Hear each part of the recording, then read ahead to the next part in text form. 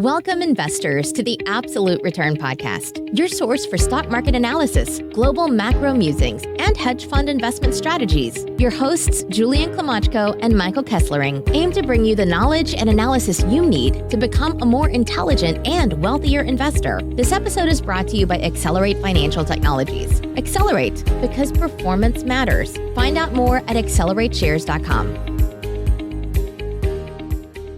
Welcome, investors, traders, speculators, and podcast listeners to episode 46 of the Absolute Return Podcast. I'm your host, Julian Klimachko. And I'm Mike Kessler. Today is January 3rd, 2020. That's right, a brand new year. We took a bit of a hiatus there, a couple weeks off, but things are really picking back up in the market. A lot of interesting events over the break that we want to discuss. One thing that we wanted to chat about is, 2019 was really a banner year for all sorts of asset classes, especially the S&P 500, which had its best year since 2013. But with that, valuations have hit all-time highs. That being said, is it time to diversify? Some very interesting M&A news is happening right now. In fact, my favorite merger situation, Wesco, started a bidding war for Anixter, topping private equity firm CD&amp. How high can Anixter go? Another M&A situation, satellite company MDA sells to Canadian investor group for $1 billion. Why are they buying it? And lastly, some geopolitical macro stuff. We're going to chat about that the U.S. military killed Iran's powerful military commander Qasem Soleimani by airstrike in Iraq. What are the market implications? So the S&P 500 finished 2019 with its best performance since 2013. Just pretty exceptional result, but nearly all of the annual gain in the index came from multiple expansion. And what is multiple expansion? That refers to just an increase in the earnings multiple driven by an improvement in sentiment. So there's a number of things that can lead to investment returns. One is the multiple that investors put on earnings. The second is earnings growth. And the third is just dividends as a portion of total returns. But despite zero profit growth in 2019, U.S. equity valuations now sit at all-time highs on a number of measures. These include price to sales, EV to EBITDA, and a third measure, market cap to GDP, which happens to be the favorite broad-based valuation measure of none other than Warren Buffett. And if you look at long-term of these metrics, price to sales, EV to EBITDA, market cap to GDP, they're in fact matching or exceeding previous market peaks as the tech bubble in 2000 and also the big run-up into 1929, and everyone knows what happened both those eras. After 1929 stock market crash, I believe the Dow Jones over the next 5 years went down something like 80%, and then after the tech boom of the late 90s, quite the hangover there with the S&P 500 declining over 50%. Not calling for that, just calling for perhaps some prudence and some caution in the market, with all these various valuation measures saying the same thing, which is just kind of flashing yellow as a warning. Another measure is CNN's Fear and Greed Index, clocked in at 95, which is the highest extreme greed ranking on record, which goes back only 3 years. Another valuation metric that people look at is the cyclically adjusted price to earning ratio. Now this hit 31, which happens to be the highest of all time, excluding the tech bubble of 99-2000. So it briefly went above 40 during that era. However, it is higher than it was in 1929, and it is this CAPE ratio, cyclically adjusted price to earnings. It's actually double the average of 16, where it's been historically. If we look at earnings on a one-year basis, S&P 500 PE ratio sits at 24.3 based on trailing earnings. Now, this is 54% higher than its historical average of nearly 16. So what does this tell you? Well, at best, you're likely to accept or expect very low or much lower than average future market returns. I have a couple of forecasts here. Goldman Sachs is predicting 2020 returns of 5.5%, and this is largely based on earnings growth. I know street consensus for S&P earnings growth is about 7 to 8% right now, and so if you maintain that same market multiple, i.e. what investors pay for those earnings, and you get that 7 to 8% growth, then you should see a good return in the market. However, street estimates are always way too high, and pretty much every single year those come down as we progress throughout the year. Bank of America, they're a bit more bearish. However, they still project a gain. This one is only 2.4%. And lastly, BMO Capital Markets with a 5.5% gain for the index. So no strategist really sticking their neck out here predicting any significant performance. Certainly not like 2019 where we saw gains of north of 30%. What are your thoughts on current market valuations here? Yeah, in terms of market valuations, I would just like to preface our conversation with the fact that markets are overvalued right now, specifically the S&P 500, doesn't mean it can't become more overvalued in a historical context. It just means these have been really poor timing tools, especially over the past 10 years. They just kept going higher and higher, right? Absolutely. Really, over since about 2014, markets have been above historical averages. So you hit the nail on the head. I mean, it is difficult to time these, but nonetheless, looking at what is actually driving some of this multiple expansion in the S&P 500. So over the last 10 years, the S&P earnings have grown at about 9.8% annualized, which is a very healthy rate of growth on the earnings side. And that's earnings per share. Yes. Which is different than net earnings, because you can have earnings per share growth through an increase in earnings or a decrease in shares outstanding, which we've seen pretty significantly over the past 10 years. Many publicly traded corporations buying back shares, which juices earnings per share growth. Absolutely. Just the same with EPS. There's a numerator and a denominator. Yeah. Same with the PE ratio, and it's interesting to dig down into those elements to see what's actually driving it. But as I had mentioned, so 9.8% for EPS, and the price part of that ratio has grown at 11.2%. Now that's excluding dividends.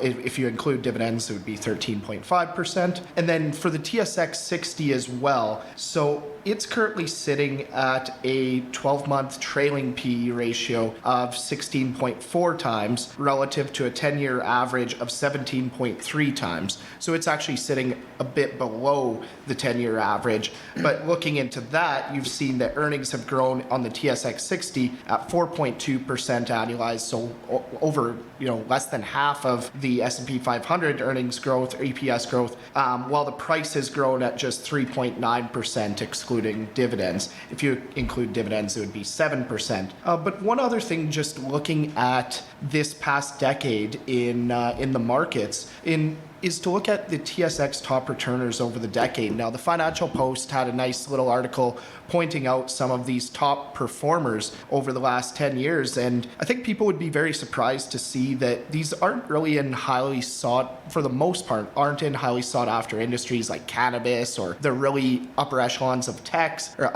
where consumer tech, something like Apple or BlackBerry, for earlier in the decade, but some really boring companies. For example, the Boyd Group, which is a Winnipeg-based auto body shop, is up over 4,200% over the last 10 years. Constellation Software up over 4,000%, which is a favorite among value investors. They really just have a roll-up acquisition strategy in niche enterprise software verticals, and led by their now famous CEO Mark Leonard to hardcore investors. As well, a couple others, Dollarama, which just operates simple dollar stores, is up over 1,100%, and CCL Industries, probably the most boring of the companies just mentioned, up over 1,000% over the last decade, and they are the world's largest label makers. So you really don't have to find a lot of these very highly sought after industries, something that would sound very good at a cocktail party, to make money in the markets. Yeah, and I think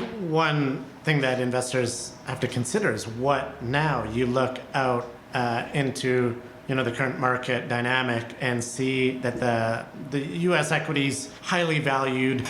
Yes, you have had pretty tremendous earnings per share growth over the past 10 years. However, on top of that, you've had even greater multiple expansion compared to other markets. So what we're seeing now is on multiple metrics, S&P 500, the highest valuation of all time, and some people say, oh, interest rates are low, they had the tax cut, et cetera, but you look at Japan, their interest rates have never been lower yet versus 1988. Their market's down significantly.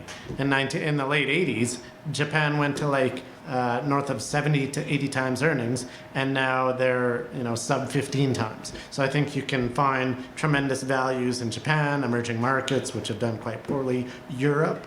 And so what I'm saying here is perhaps if you're a US focused investor, you can maybe consider diversifying, looking into Japanese stocks, which present pretty tremendous values on a relative basis these days, not to mention Europe, Canada, or emerging markets, which imply a much higher earnings yield. And really the primary determinant of future investment returns is really starting valuation. I like the Howard Marks quote where he indicated that it's not what you own, but it's what you pay that determines your results in investing. So it's really important to consider when estimating future returns, what is the starting valuation? So certainly investors should think about diversifying, not just different geographies, but perhaps different asset classes as well. Looking at fixed income, there's a lot of options there. Government bonds, investment grade credit, junk bonds, levered loans. You can look at alternatives, which is just a vast array of various strategies, private equity, hedge funds, etc. And so that's something to really keep in mind as the S&P 500 specifically reaches the highest valuation of all time. And just to disclose, we do have long positions in both Boyd Group and Constellation Software. Onto the most interesting M&A situation in the market currently. Interloper Wesco International has commenced a vicious bidding war with private equity firm Clayton, Dubilier and Rice, also known as CD&R, for electrical component distributor Anixter International. So what happened here is a couple months ago, CD&R struck a friendly deal to acquire Anixter for $81 per share in cash. Now, what this represented was a really disappointing result for Anixter shareholders. It was only at a 13.5% control premium, which represents the bid price compared to the unaffected price prior to the bid. And it represented a valuation of 8 times EBITDA. Now, for comparative purposes, over the past 8 years, I looked at our database, and over thousands of M&A transactions, the average control premium was 37%. So that 13.5% premium is quite a bit below the average, not to mention the S&P 500 is currently trading at about 13.3 times EBITDA. So CD&R getting to buy Anixter at 8 times EBITDA, that is relatively low versus current valuations in the market. So what happened? Unsurprisingly, an interloper came in, an Anixter competitor, Wesco International. They came in with an unsolicited proposal, announced it with the public, and over the past month, there's been this back and forth takeover battle where CD&R announces a friendly bid, WCC, Wesco tops it, it goes back and forth. And where we're at now, the price has gone from CD&R's initial 81 per share bid to now $97 per share, which is Wesco's current unsolicited or hostile proposal, which represents an increased valuation to 9.5 times EBITDA and a control premium of 36%, putting it in line with historical transactions, which were at 37%. The other key dynamic here is that Wesco is a competitor to Anixter and CD&R is purely a financial buyer. And so Wesco has this unique opportunity to generate cost savings or synergies because they have significant overlap with Anixter. And those synergies are worth $200 million. And we're talking about Anixter's EBITDA of less than $500 million. $200 million represents a substantial amount of synergies. And including those synergies brings that 9.5% or 9.5 times EBITDA estimate to below 7 times. So those synergies, due to the overlap between Wesco and Anixter, represent a value-creating opportunity that private equity firms such as CD&R really can't match. So that's a real key component here why CD&R is really going to have a tough time to compete. But on the other hand, we've discussed this in the past on how much money, how much capital is flooded into the private equity industry, such that there's now 2.5 trillion of dry powder. And by dry powder, we mean capital that's been raised by private equity firms that they absolutely need to spend in order to start generating their lucrative 2 and 20 fees. And so you have CD&R, a private equity firm that is really desperate to put money to work. They thought they had a good deal with Anixter at 8 times EBITDA, but Wesco has come in over the top, forced them to pay increasingly higher prices. So it's a really super interesting dynamic and just a massive win for arbitrageurs here. I was looking at the average spread or the discount between the current price and the consideration of the entire current merger arbitrage universe. That's at about 1.4%, which equates to a 5% annualized return or yield. You look at what's happened with Anixter, and if a shareholder bought it the first day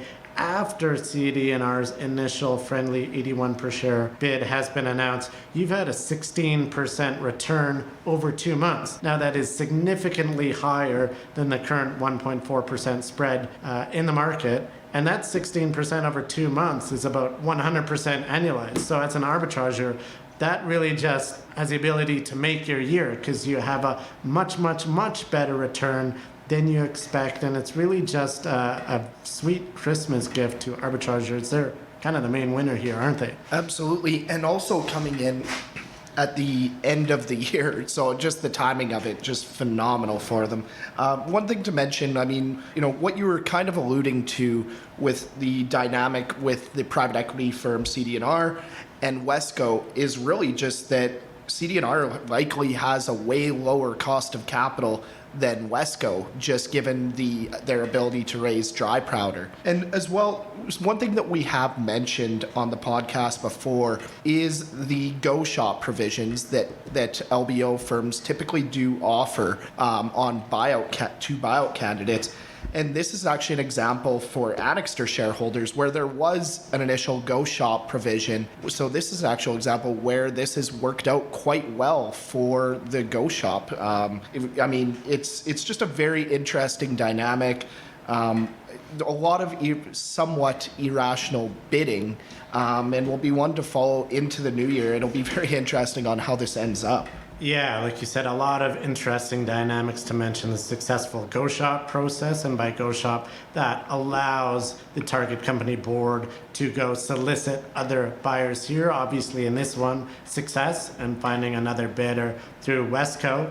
The other is auction process dynamics, such that Anixter shareholders benefit from what's known as the auction winner's curse, where you have two parties competing, neither of them wants to lose, and so you end up with non-fundamental pricing and better than expected result for Anixter shareholders, just given those competitive dynamics. The third thing that we have yet to mention is that it was disclosed in a regulatory filing just today that CD&R also tried to buy Wesco last month at $68 per share, represents roughly 25% premium for Wesco shareholders. And so what I think Wesco's trying to accomplish here is what's known as kind of the Pac-Man defense. And Pac-Man defense is a takeover defense mechanism where the target company kind of turns around to buy the acquirer company. And now in this case, they can't buy CD&R, but they can buy CD&R target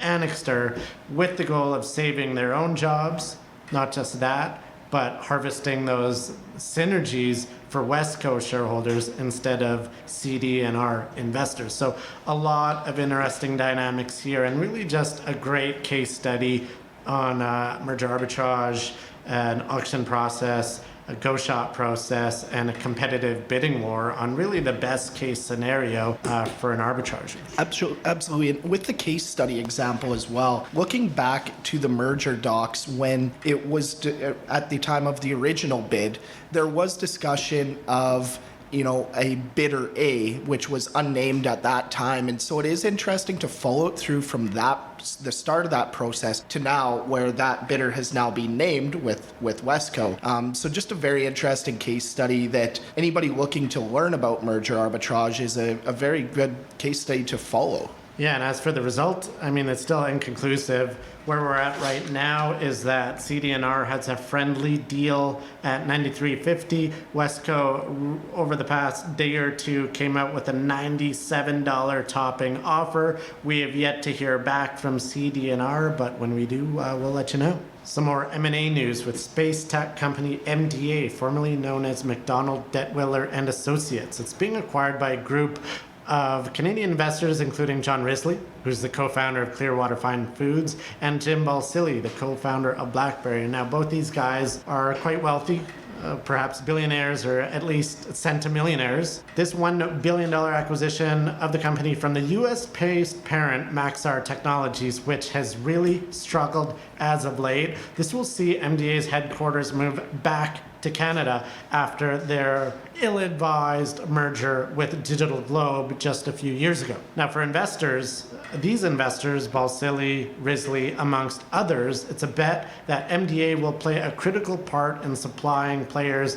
into this new space race where they're all competing to create low Earth orbit constellations to drive global internet coverage. Basically, internet driven not through Wi-Fi or your cell network, but low Earth orbit satellites up in the sky where you can access internet basically anywhere in the world. So MDA and Maxar have really struggled. Number one, lower demands for these geospatial satellites that they were manufacturing. Basically, the main market for those were satellite TV. And we all know consumers are moving from satellite TV to streaming. Satellite TV is super expensive, and people are canceling their direct TV subscriptions that go for over $100 a month, going with Netflix, which costs maybe $10 a month. So they have faced years of declining revenue and profits. Maxar put MDA on the block this summer to raise money to cut its sizable $3.1 billion debt load. Now, the sale of this Canadian business, MDA, is an attempt to right the ship at Maxar, who have seen their shares drop 90% in value from late 2017 to just a couple of weeks ago before having a bit of a rally off of this deal. Maxar's stock was up 20% on the news, but really, there's no guarantee that internet from space will work. We know of a couple of other companies that have tried it. One is Iridium, another one was Globalstar. You have a lot of big players moving into the space, such as Amazon, Facebook, Apple, SpaceX. There's a number of firms going for this dream of global internet coverage through satellites. So will MDA be the one to benefit from that? I mean, who knows? Yeah, absolutely. And just to go into a little bit of the background of the backers of this deal, John Risley and Jim Balsillie. So Risley was the founder of Clearwater Fine Foods, and he's a Nova Scotia native. He has an estimated net worth of about $1.2 billion. I believe that was as of 2015, so there could be a little bit of volatility around those numbers. And then Jim Balsillie, now he was one of the co-founders of Research in Motion, which is now BlackBerry, so one of Canada's most famous tech companies in recent history. Used to be. Yes, absolutely. I may say infamous, but his estimated net worth now is about $800 million. But he really became a high-profile figure as well during his attempts to buy NHL franchises. And he ultimately failed 3 times to do so between 2006 and 2009. And that really marked the peak valuation for Research in Motion shares as well. Absolutely. And, his struggles to buy an NHL franchise was really just his goal of bringing a second team to Southern Ontario, which he was ultimately unsuccessful to be able to do. But as well, when this transaction does close, he will be joining the board. He's really kind of come out of retirement the last few years, and I know the Globe and Mail a few months ago had a big piece on him about being a big proponent of bringing Canadian tech back home. He has talked a lot in depth about the dangers of foreign-owned tech companies operating within Canada, as well as foreign-owned companies gaining control over Canadian tech companies. So this is really him just walking the walk, I guess, with bringing a legacy company back home. And as well, this does, MD, specific to McDonald Detweiler and Associates, they do have a bit of history with the Investment Canada Act. Do you want to go into that a little bit, Julian? Yeah, a number of years ago, probably about 15 years ago, there was an acquisition proposal of McDonald Detweiler by a US-based company. And back then, they did not have the Investment Canada Act, which is US equivalent to CFIUS. Basically, it governs foreign acquisitions of Canadian companies. And at the time, the Harper government was concerned with respect to national security because McDonald Detweiler were building satellites for the Canadian government. So what the Harper government did is they formed this new government department called Industry Canada, which implemented the new Investment Canada Act at the time. And this deal was the first time it was ever used to block a deal. So the initial sale of McDonald Detweiler to a U.S. firm roughly 13 to 15 years ago, was blocked by the new Investment Canada Act, which is still around today. I think it might have been used, was used on the blockage of the Aecon sale to Chinese investors. But it's a very rare tool that the government actually utilizes to block deals, but this is one example of a company in which the government has used it to block an acquisition. However, this sale to Canadian investors is effectively a reversal, bringing MDA back home to Canada where it was initially created and where it really thrived. Absolutely. And just back to the Investment Canada Act, I mean, even though it's rarely used to truly block deals, it's more just seen as a disincentive for any of those deals that could potentially be announced to be announced in the first place. Wanted to touch on a bit of macro news, some geopolitical conflicts happening as the U.S. military killed Iran's powerful military commander, Qasem Soleimani. Now, he was the head of Iran's elite Quds force and the mastermind of Iran's military strategy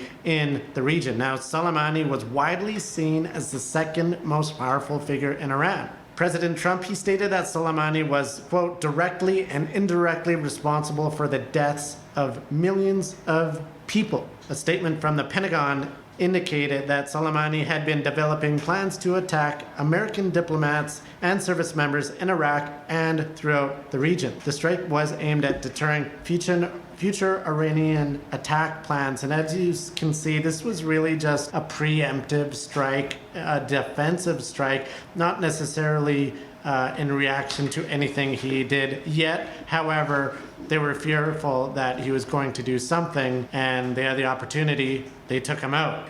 Now, this killing really marks an escalation in tensions between Iran and the U.S., and you saw it in the market action today. Equity markets trading down. You had the price of oil, obviously, when there's conflict in the Middle East, that tends to have potential supply issues. So oil was up 2 to 3%. Gold, a safe haven asset, was up nearly 2% on the news. So interesting market dynamic, but ultimately something that is expected. Got a quote here from the Iran foreign minister. He called the attack an act of international terrorism, tweeting that the U.S. bears responsibility for all consequences of its rogue adventurism. So some market participants concerned about potential blowback from Iran on this deal. What are your thoughts on it? Yeah, I mean, a lot of the price reaction you saw like in the minutes after this was announced, there was quite a bit of volatility.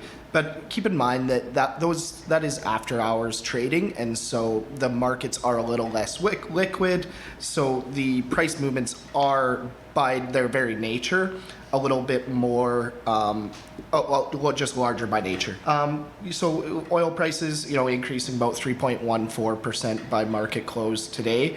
So that did come down a bit throughout the day today, as we're about 18 or 20 hours. since this attack actually happened. And so, really seeing somewhat of a muted reaction by now. So for long-term investors, this really isn't something to worry about at this point. Obviously, how Iran responds to this, that will determine, what the future market ramifications will be. But at this point, it's kind of too early to say one way or another, but also very difficult to say that this is something that's going to truly affect the long-term outlook on stocks. Yeah, exactly. You look at the long-term market implications beyond one day, and we look back a number of months ago where there was that strike on Saudi oil infrastructure. Yeah, oil went up tremendously in one day, up double digits, but within weeks it was back below where it was pre-strike. And so all of this is highly speculative, and at this point there's really no supply side issues for oil. And perhaps, and most likely, that nothing is going to come of this. As I said, market action today, purely speculative. So safest bet for investors is just, stay diversified. And if you are, then do nothing. Don't get spooked by some of these,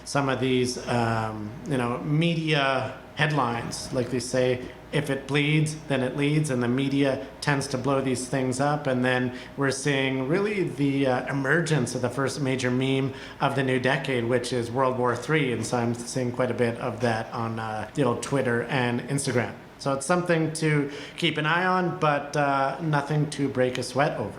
All right, that's it for episode 46 of the Absolute Return podcast. If you liked it, you can always listen to more at absolutereturnpodcast.com. You can send us an email if you have any questions or comments to info@accelerateshares.com. You can find a ton of content on our website, accelerateshares.com. If you want to follow us on Twitter, you can find me. I'm the People's Hedge Fund Manager at @JKlamachko. And for myself, it's M_Kesslering for any show recommendations. And until next week, good luck trading, investing, speculating, and we will chat with you soon. Cheers. Thanks for tuning in to the Absolute Return Podcast. This episode was brought to you by Accelerate Financial Technologies. Accelerate, because performance matters. Find out more at accelerateshares.com. The views expressed in this podcast are the personal views of the participants and do not reflect the views of Accelerate. No aspect of this podcast constitutes investment, legal, or tax advice. Opinions expressed in this podcast should not be viewed as a recommendation or solicitation of an offer to buy or sell any securities or investment strategies. The information and opinions in this podcast are based on current market conditions and may fluctuate and change in the future. No representation or warranty, expressed or implied, is made on behalf of Accelerate as to the accuracy or completeness of the information contained in this podcast. Accelerate does not accept any liability for any direct, indirect, or consequential loss or damage suffered by any person as a result of relying on all or any part of this podcast, and any liability is expressly disclaimed.